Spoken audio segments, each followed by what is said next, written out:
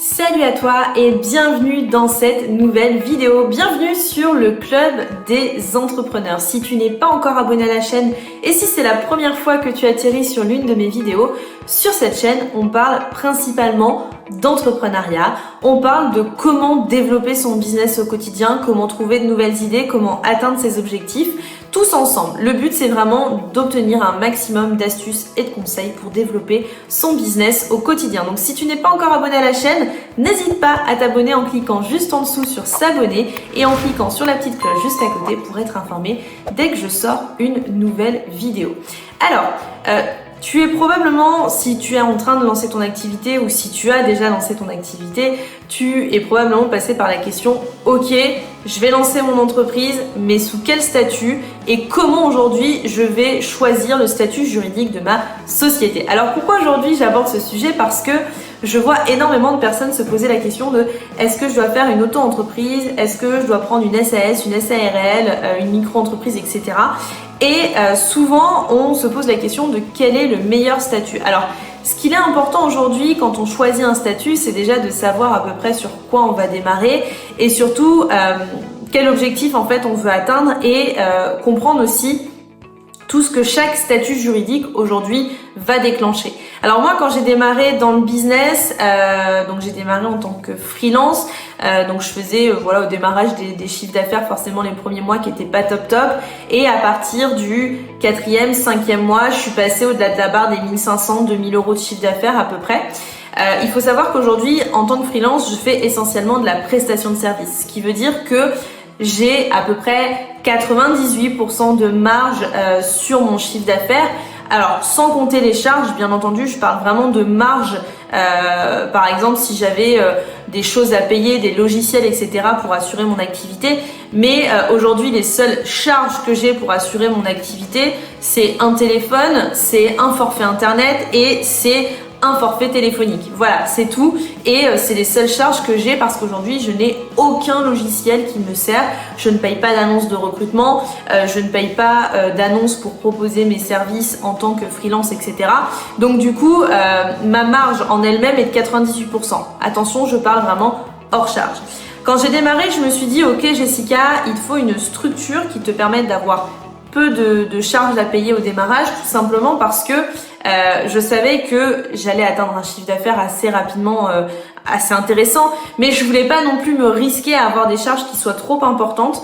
Et du coup, j'ai choisi le statut de l'auto-entreprise. Voilà, je pense que c'est le statut qui est le plus simple quand on démarre. Non seulement il n'y a pas de comptabilité à tenir, mais surtout il y a quand même des charges qui sont beaucoup moins importantes. Moi aujourd'hui, je fais de la prestation de service, donc j'ai 22% de charge sur tout le chiffre d'affaires que je déclare.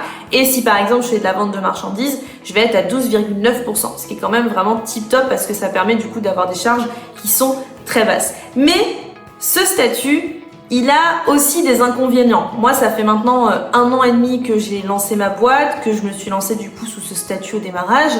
Et plus j'y réfléchis et plus je me dis ok Jessica, c'est bien l'auto-entreprise, mais c'est bien pour le démarrage. C'est-à-dire que c'est bien pour la première année et dès que vous commencez à faire assez de chiffre d'affaires, il faut tout de suite passer sur un autre statut.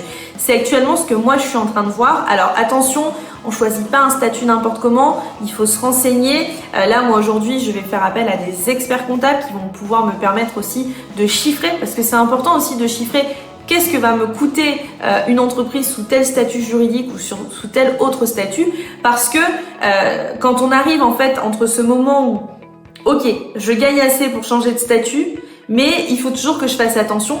Il faut que vous puissiez chiffrer parce que c'est bien beau de changer de statut, mais si finalement vous vous retrouvez avec des charges qui sont trop importantes, vous risquez de vous brûler. Donc c'est très important quand vous êtes entrepreneur, que vous avez un business et que vous voulez changer de statut juridique, de vous dire pourquoi. Alors là, moi, je suis beaucoup en phase de réflexion en ce moment sur le statut juridique que je vais choisir.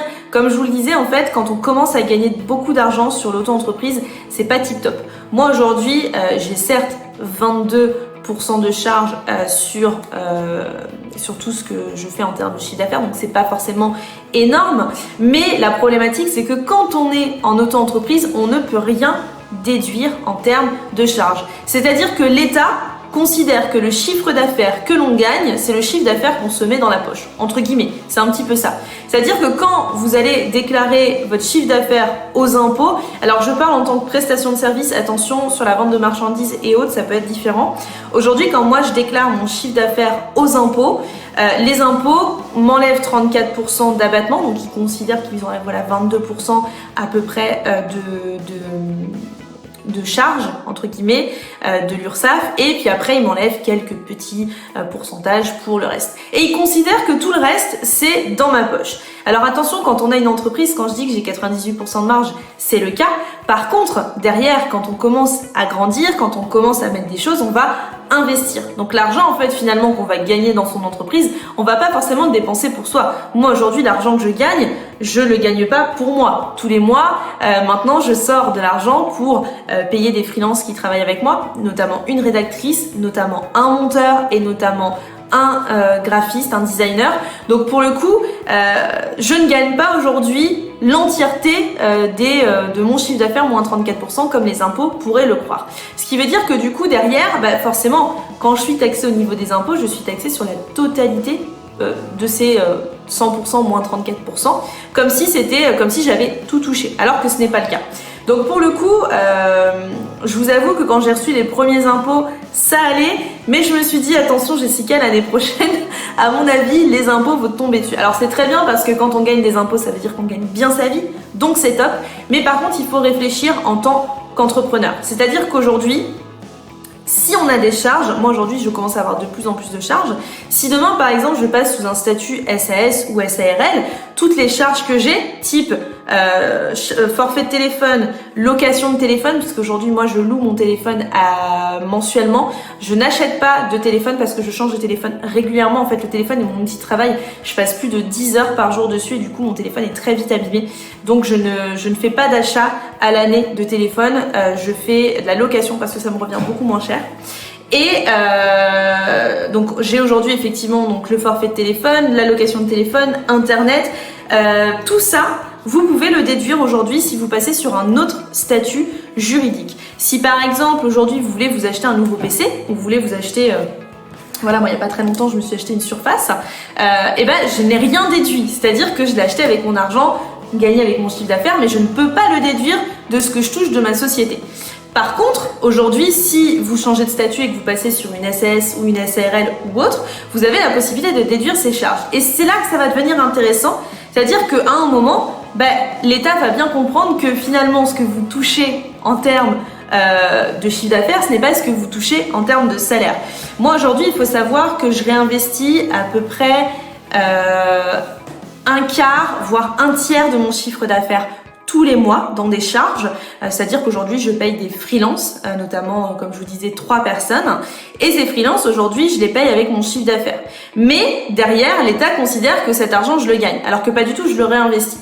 Donc aujourd'hui l'auto-entreprise c'est très bien pour démarrer, c'est très bien en tout démarrage parce que ça va vous permettre de ne pas avoir beaucoup de charges, de ne pas payer à l'URSSAF des tonnes et des tonnes d'argent, et surtout ça va vous permettre d'avoir une comptabilité qui est facilitée. Quand on n'est pas trop fort avec l'administratif, c'est vrai que c'est quand même assez sympa, on n'a pas de compte à rendre, on n'a pas de bilan à faire, c'est quand même le côté plutôt cool. Vous déclarez votre chiffre d'affaires tous les mois à l'URSSAF vous ponctionne une fois par mois, et voilà, c'est tout. Par contre, ce statut aujourd'hui a des inconvénients, a des avantages, mais il a aussi beaucoup d'inconvénients quand on commence à bien gagner sa vie avec son entreprise. Donc c'est très important quand vous êtes dans une auto-entreprise de faire toujours attention à ce côté-là. C'est qu'aujourd'hui, l'auto-entreprise ne vous permet pas d'enlever les charges que vous dépensez. Si vous achetez un iPhone pour votre travail, si vous achetez une tablette comme moi aujourd'hui la Surface, vous ne pouvez absolument pas la déduire de votre chiffre d'affaires comme une charge. Donc ça c'est quand même assez important. Pareil, si demain vous invitez, je sais pas moi, un client à déjeuner, vous l'invitez mais sur vos frais perso, vous ne l'invitez pas en le déduisant de vos charges. Donc pour le coup, l'auto-entreprise c'est très bien, c'est très très bien. Moi je suis ravie d'avoir choisi ce statut au tout démarrage. Et là voilà, ça fait 1 an et demi que j'ai mon entreprise et ça y est, je me suis enfin décidée à changer de statut. Alors c'est toujours compliqué parce que forcément avoir un statut où on a derrière de la comptabilité etc. à faire, ça demande de s'impliquer. Ça fait toujours un petit peu peur parce que beaucoup plus d'administratifs, beaucoup plus de choses à faire et forcément on va devoir passer par des experts comptables, etc. Et c'est pas forcément un automatisme qu'on va avoir de se dire allez ça y est je passe là-dessus. Mais dites-vous bien qu'à un moment, si vous gagnez très bien votre vie avec votre entreprise en tant qu'auto-entrepreneur, que l'auto-entreprise, c'est vraiment une partie de votre temps. Qui plus est, n'oubliez pas, l'auto-entreprise, vous êtes limité en termes de chiffre d'affaires. Donc ça peut être très bien la première année. Mais moi, vous voyez, j'arrive à la deuxième année et au bout d'un moment, effectivement, je vais me retrouver bloquée avec ce statut-là. Et du coup, il faut que je passe à autre chose. Et c'est très bien parce que du coup, ça va me permettre aussi de grandir par rapport à tout ça.